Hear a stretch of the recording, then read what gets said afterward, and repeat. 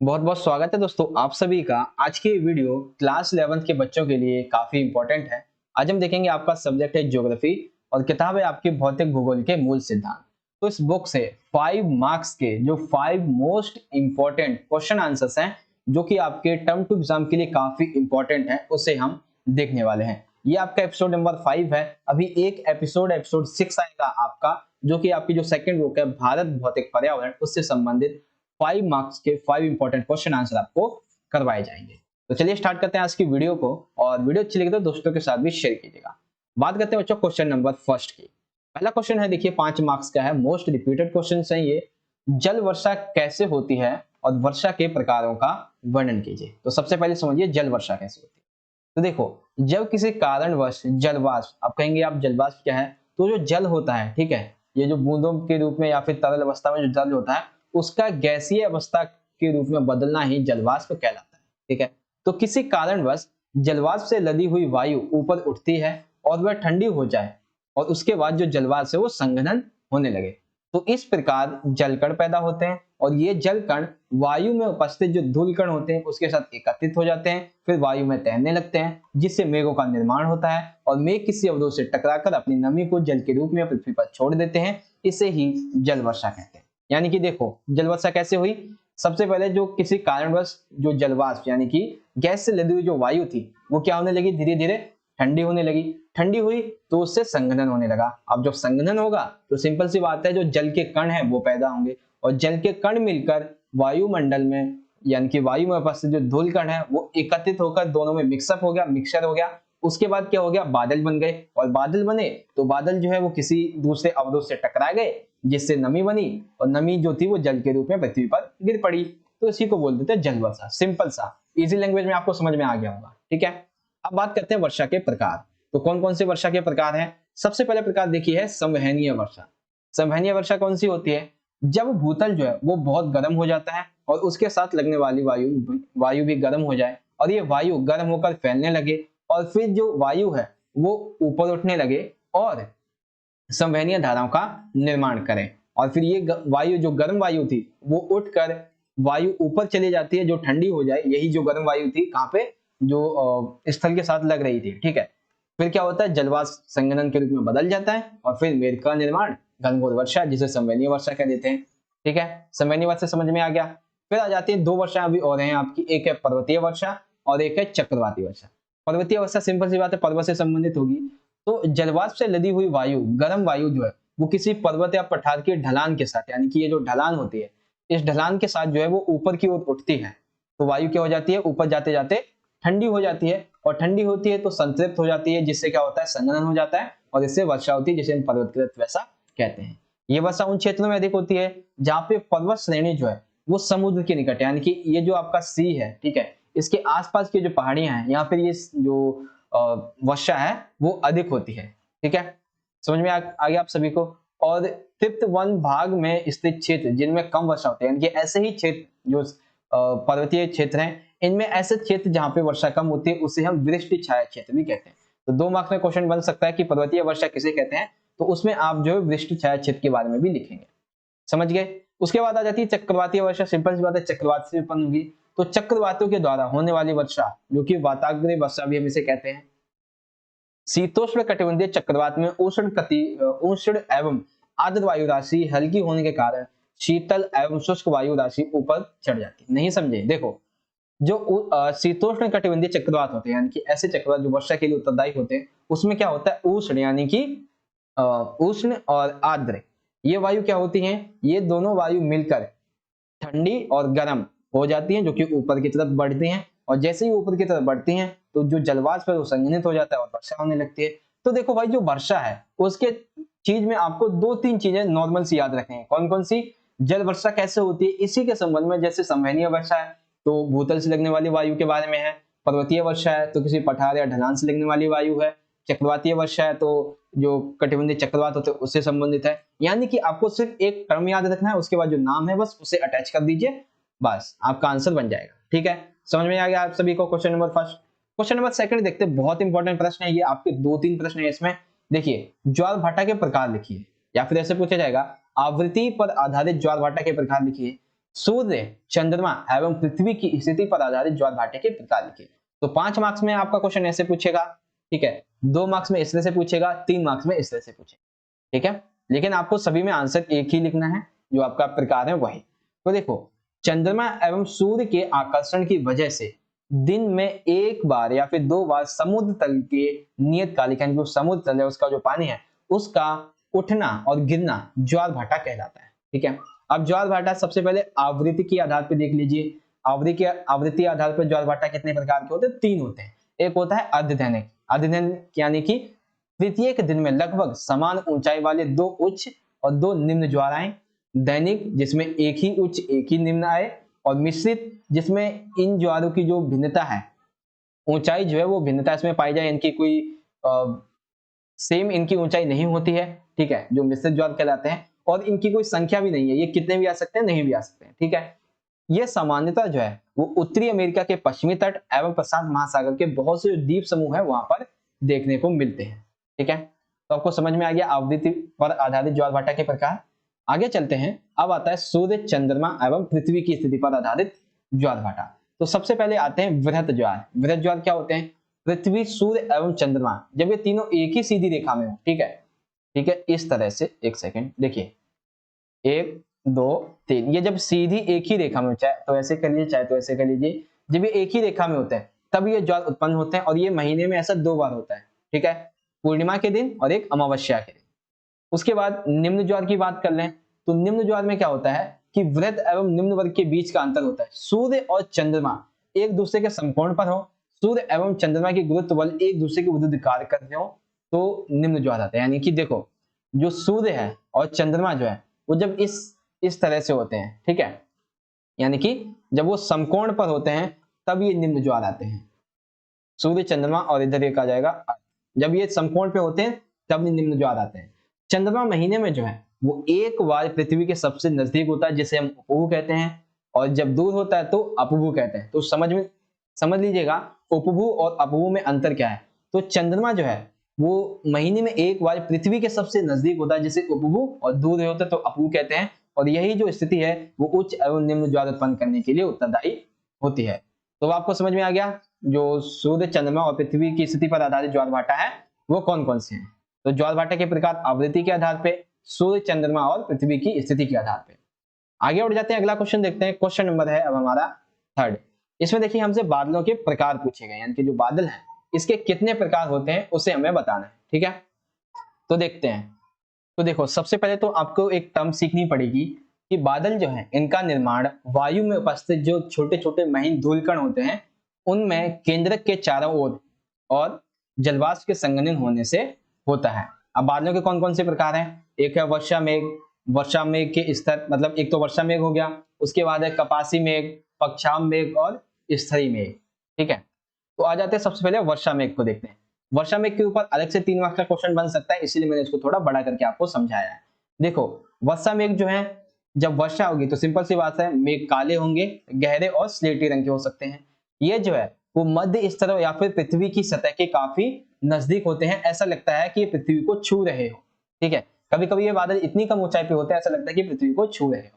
ये जो है वो सूर्य की किरणों के लिए बहुत ही अपारदर्शी। जब आपको पता है कि मेघ काले होंगे तो सिंपल सी बात है, जो सन से लाइट आती है, जो एनर्जी आती है अर्थ के लिए, वो नहीं प्राप्त कर सकता है।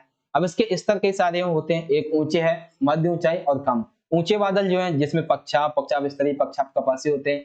मध्य ऊंचाई में क्या होता है, ये स्तरी मध्य और ये पक्षापी मध्य होते हैं। और कम ऊंचाई में क्या होता है, स्तरी कपासी, स्तरी वर्षा मेघ और कपासी वर्षा मेघ इसमें सम्मिलित होते हैं, ठीक है। तो वर्षा मेघ क्या है, गहरे और स्लेटी काले रंग के होते हैं, पृथ्वी के काफी नजदीक होते हैं, सूर्य की किरणों के लिए अपारदर्शी होते हैं, कभी कभी ऐसा लगता है इतने नीचे की पृथ्वी को छू रहे हो, ठीक है। उसके बाद आ जाते हैं, अभी 3 और बचते हैं हमारे। एक है कपासी मेघ। तो कपासी मेघ कौन से होते हैं? इनका निर्माण 4000 से 7000 मीटर की ऊंचाई पर होता है, ठीक है, जो कि रुई के समान दिखते हैं। ये छितरे या फिर ऐसे इधर उधर बिखरे नजर आते हैं। ये चपटे आधार वाले होते हैं। पक्षा मेघ की बात करें तो जब कपासी मेघ के ऊपर ही पक्षा मेघ आते हैं 8 से 12,000 की ऊंचाई तक। ये पतले होते हैं, आसमान में बिखरे हुए होते हैं, पंख के जैसे दिखाई देते हैं, सफेद रंग के होते हैं। स्तरीय मेघ में क्या होता है, ये परतदार बादल होते हैं जो कि आकाश के सबसे ऊंचाई पर जो मेघ होते हैं वो कौन से होते हैं, स्तरीय मेघ। ठीक है, सामान्यतः ये या तो ऊष्मा के ह्रास या फिर अलग अलग तापमानों पर हवा के आपस में टकराने की वजह से उत्पन्न होते हैं। ठीक है, तो कपासी मेघ, पक्षाम मेघ, स्तरीय मेघ और वर्षा मेघ, आई होप आपको इजीली सभी टर्म्स हुए अच्छे से क्लियर हो गए होंगे। ठीक है, थर्ड कंप्लीट हो गया हमारा। आगे देखते हैं क्वेश्चन नंबर 4। अब ये प्रश्न काफी इंपॉर्टेंट है और काफी बड़ा प्रश्न भी है। ठीक है, प्रश्न है वायुमंडल की संरचना का वर्णन कीजिए। देखिए अब मैं आपको जो ये प्रश्न है इस तरह से समझाऊंगा। वैसे तो देखिए 1 2 3 4 5, इसमें 5 पॉइंट है। ठीक है, अब 5 पॉइंट में आप इतने बड़े बड़े टॉप जो पॉइंट्स हैं वो तो लिखोगे नहीं, तो मैं क्या करूंगा कि आपको हर एक पॉइंट को अगर 3 मार्क्स में भी पूछा जाए तो आप उसे कैसे लिखेंगे इस तरीके से समझाऊंगा, और आप उसमें से 1 से 2 मिनिमम आप 2 से 3 पॉइंट याद रख लीजिएगा, जो कॉमन होंगे वो आप लिखेंगे तो आपको पूरे 5 मार्क्स मिल जाएंगे। क्वेश्चन देखिए, वायुमंडल जो है वो भिन्न भिन्न घनत्व और तापमान वाली अनेक परतों का बना होता है, और तापमान की स्थिति के आधार पर वायुमंडल में 5 स्तर को इसे बांटा गया है। यहाँ पे इमेज भी देख सकते हैं आप। सबसे पहला है क्षोभ मंडल, फिर है समताप मंडल, फिर मध्य मंडल, आयन मंडल और बाहरी मंडल। तो सबसे पहले बात करेंगे हम क्षोभ मंडल की। तो क्षोभ मंडल की आप अभी विशेषता देख पाएंगे कि कितनी ऊंचाई तक है, 18 किलोमीटर की ऊंचाई तक। ठीक है, सब देखिए सबसे पहले तो वायुमंडल का सबसे निचला स्तर होता है।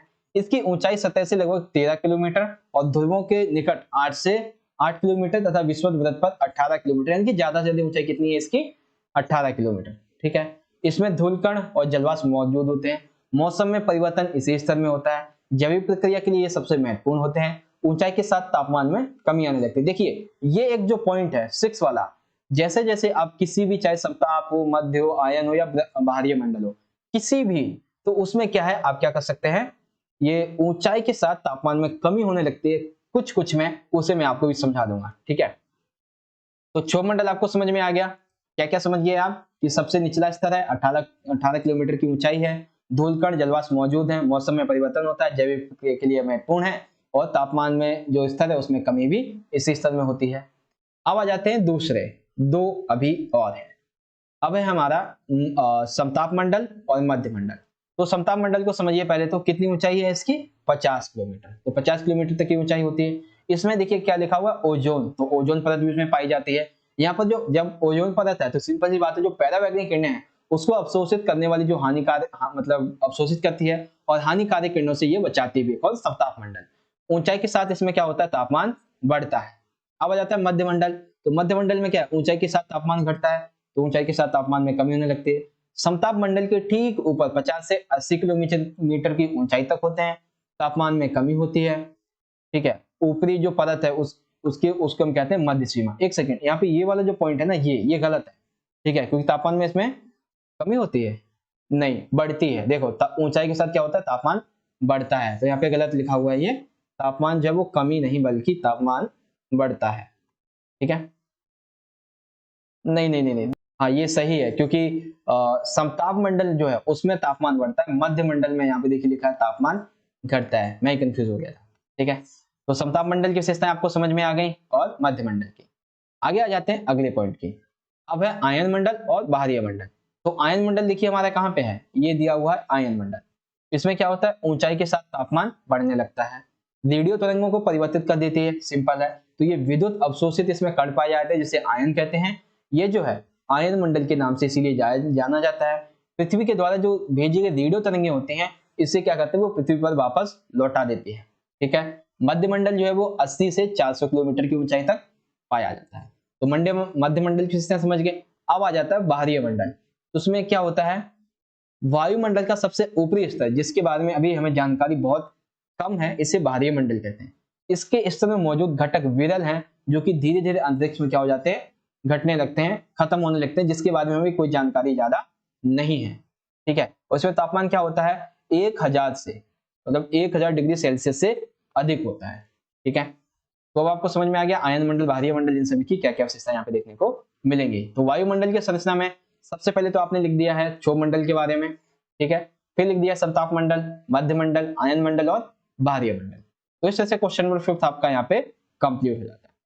अब बात करते हैं क्वेश्चन नंबर 4 आपका कंप्लीट होता है। क्वेश्चन नंबर 5 अब हम देखते हैं।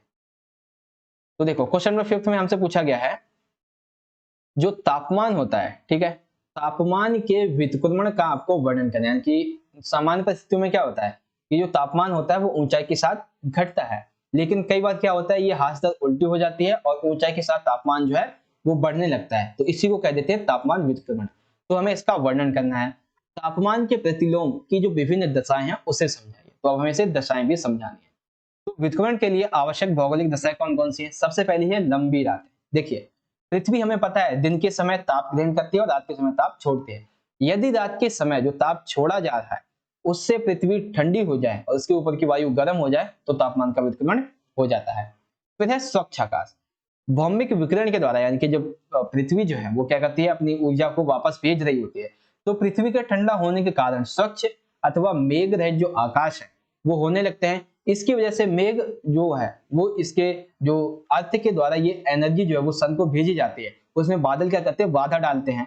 तो इसी की वजह से अगर जो वायु है वो ठंडी हो जाए तो जो है व्युत्क्रमण हो जाएगा। ठीक है, और भी देखिए यहाँ पे अभी 3 पॉइंट होंगे शायद, हाँ 3 पॉइंट अभी और हैं आपके। देखिए शुष्क वायु ये किस तरह से होती है कि आर्द्र वायु जो है उसमें ऊष्मा को ग्रहण करने की क्षमता अधिक होती है, जिससे तापमान की ह्रास दर में कोई परिवर्तन नहीं होता है। यानी कि आर्द्र वायु जो गर्म वायु है वो ऊष्मा को और अधिक अवशोषित कर सकती है, लेकिन जो शुष्क वायु है वो जो है भौमिक विकिरण को शोषित नहीं कर सकती है, अतः ठंडी होकर व्युत्क्रमण की स्थिति पैदा करती है। देखो क्या होता है कि जो आर्द्र वायु होती है, जो गर्म वायु होती है, उसमें ऊष्मा को ग्रहण करने की क्षमता अधिक होती है। तो जब पृथ्वी जो है वो अपना भौमिक विकिरण यानी कि जो अर्थ है वो अपनी एनर्जी जो है वो सूर्य को रात के टाइम वापस दे रहा होता है, तो उस दौरान जो है जो शुष्क वायु जो ठंडी वायु होती है वो इसे अवशोषित नहीं कर पाती है, और इसी वजह से जो तापमान है वो उसकी व्युत्क्रमण की जो स्थिति है वो पैदा हो जाती है। फिर आता है हिमच्छादन। हिम जो है वो सौर विकिरण के अधिकांश भाग को परिवर्तित कर देता है, जिससे वायु की निचली परत ठंडी हो जाती है।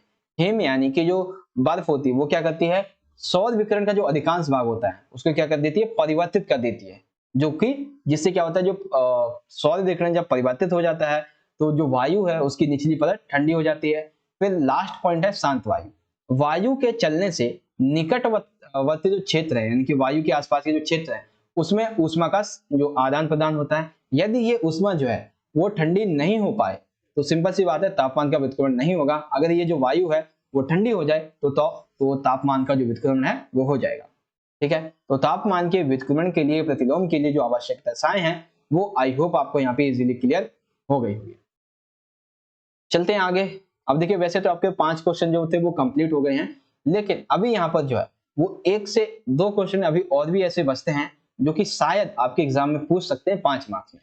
देखिए खाद्य श्रृंखला किसे कहते हैं इसके प्रकार लिखिए, या फिर इस तरह से खाद्य श्रृंखला किसे कहते हैं, चराई तथा अपरद खाद्य श्रृंखलाओं में अंतर स्पष्ट कीजिए। तो सबसे पहले इस खाद्य श्रृंखला को समझिए। वैसे तो देखिए खाद्य श्रृंखला जो है वो एक तरह से सिंपल सा ये है कि वह खाद्य क्रम, ठीक है, जिसमें एक स्तर से दूसरे स्तर पर ऊर्जा प्रवाह होती है उसे खाद्य श्रृंखला कहते हैं। अब इस चीज को समझने के लिए आपको कुछ चीजें समझनी पड़ेगी। सबसे पहले अपघटक।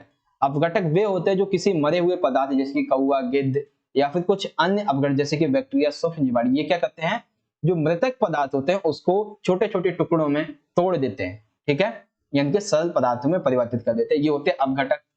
परितंत्र के जीवाणु जो परितंत्र होते हैं इसके जीवाणु क्या करते हैं खाद्य श्रृंखला में एक दूसरे से जुड़े हुए हैं। कैसे जुड़े हुए हैं, उदाहरण के लिए आप यहाँ पे समझिए, पौधों पर जीवित रहने वाला एक कीड़ा जो है वो मेंढक का भोजन होता है, मेंढक जो कि एक सांप का भोजन होता है, और सांप एक बाज का भोजन होता है। तो ये जो खाद्य क्रम है जिसमें एक स्तर से दूसरे स्तर पर जो ऊर्जा का प्रभाव होता है उसी को हम खाद्य श्रृंखला कहते हैं। अब ठीक है, अब देखिए आप अगर चाहें तो इस अपघटक को ना भी याद रखें, सिर्फ ये चीज याद रखिएगा, परितंत्र के जीवाणु एक दूसरे से खाद्य श्रृंखला से जुड़े हुए हैं, और ऐसी खाद्य श्रृंखला जिसमें एक स्तर से दूसरे स्तर पर ऊर्जा का प्रभाव होता है खाद्य श्रृंखला कहलाती है। और उसके बाद आप ये एक उदाहरण लिख दें।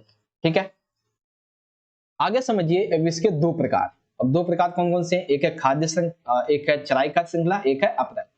तो चराई में क्या होता है, ये पौधों से आरंभ होकर मांसाहारी तक जाती है, जिसमें शाकाहारी जीव घास खाता है और शाकाहारी जीव को मांसाहारी जीव खाता है। जैसे कि शाकाहारी जीव क्या है, हिरन है।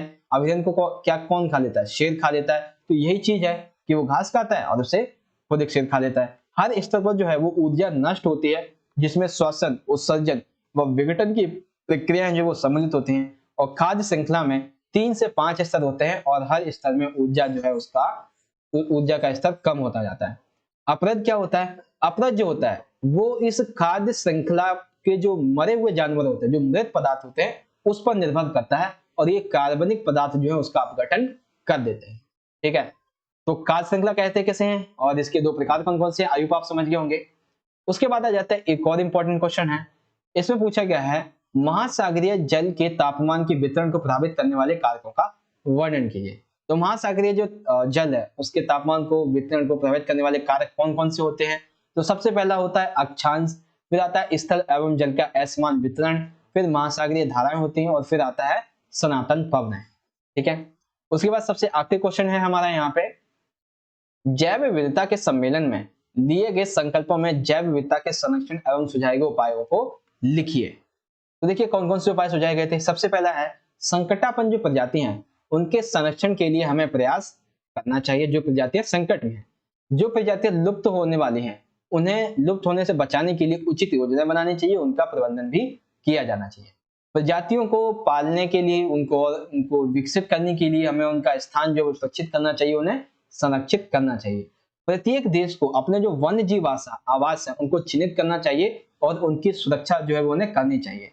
वन्य जीवों व पौधों का हमें अंतर्राष्ट्रीय व्यापार और नियमों के अनुरूप जो है वो करना चाहिए। खाद्यान्नों की किस्में और चारे संबंधी जो पौधे हैं, ऐसी किस्में जो मतलब खाद्यान्न की किस्में, चारे संबंधी पौधों की किस्में, इमारती लकड़ी के पेड़, पशुधन, जीव जंतु की अन्य वन्य जो प्रजातियां हैं, इन सभी चीजों को हमें संरक्षित करने की आवश्यकता है। तो ये था जैव विविधता के सम्मेलन में जो संकल्प लिए गए थे जैव विविधता के संरक्षण के लिए, वो यहाँ पे आपको समझा दिए गए हैं। ठीक है, ये क्वेश्चन था कि महासागरीय जल के तापमान के वितरण को तो अक्षांश डिपेंड करता है। ठीक है, स्थल और जल के असमान वितरण डिपेंड करता है। महासागरीय जो धाराएं हैं वो डिपेंड करती हैं, जो पवनें होती हैं वो भी डिपेंड करती हैं कि जो महासागरीय जल का तापमान है वो कैसे प्रभावित होने वाला है। ठीक है, जैव विविधता के सम्मेलन में लिए गए संकल्पन की जो संरक्षण है वो यहाँ पे आपको समझा दिए गए हैं। ठीक है, तो क्वेश्चन नंबर फर्स्ट था हमारा, जल वर्षा कैसे होती है। जल वर्षा के प्रकार संवहनीय वर्षा, पर्वतीय वर्षा और चक्रवाती वर्षा। सेकंड क्वेश्चन था ज्वार भाटा किसे कहते हैं और आवृत्ति के आधार पर ज्वार भाटा के प्रकार और सूर्य तथा चंद्रमा और पृथ्वी की स्थिति पर आधारित ज्वार भाटा। बादलों के प्रकार वर्षा मेघ के स्तर, कपासी मेघ, पक्षांग मेघ और स्तरी मेघ। वायुमंडल की संरचना में क्षोभ मंडल क्या है, समताप मंडल, मध्य मंडल, आयन मंडल, बहिर्मंडल। उसके बाद तापमान के व्युत्क्रमण के लिए जो दशाएं हैं, लंबी रातें, स्वच्छ आकाश, शुष्क वायु, हिमाच्छादन, शांत वायु। खाद्य श्रृंखला कैसे है, चराई खाद्य श्रृंखला, अपरद खाद्य श्रृंखला। महासागरीय जल के वितरण को प्रभावित करने वाले कारक अक्षांश, स्थल एवं जल के असमान वितरण, महासागरीय धाराएं, सनातन पवनें। फिर लास्ट क्वेश्चन, जैव विविधता के सम्मेलन में लिए गए जो संकल्प और जैव विविधता को संरक्षण के लिए सुझाए गए उपाय हैं उसे समझें। तो इस तरह से बच्चों आज की हमारी जो वीडियो है वो यहाँ पे खत्म हो जाती है। गाइस अगर आपको वीडियो अच्छी लगी हो तो वीडियो को ज्यादा से ज्यादा लाइक कीजिएगा, अपने दोस्तों को भी अधिक से अधिक शेयर कीजिएगा और वीडियो कैसी लगी कमेंट करके जरूर बताइएगा। अगर आपने अभी तक चैनल को सब्सक्राइब नहीं किया तो कर लीजिएगा, क्योंकि ऐसे इंपॉर्टेंट क्वेश्चन आंसर आपको और भी प्रोवाइड करवाए जाएंगे। तो मिलेंगे आपसे बच्चों अगली वीडियो में, तब तक के लिए आप पढ़ते रहिए और अपना ख्याल रखिएगा। धन्यवाद। जय हिंद, वंदे मातरम।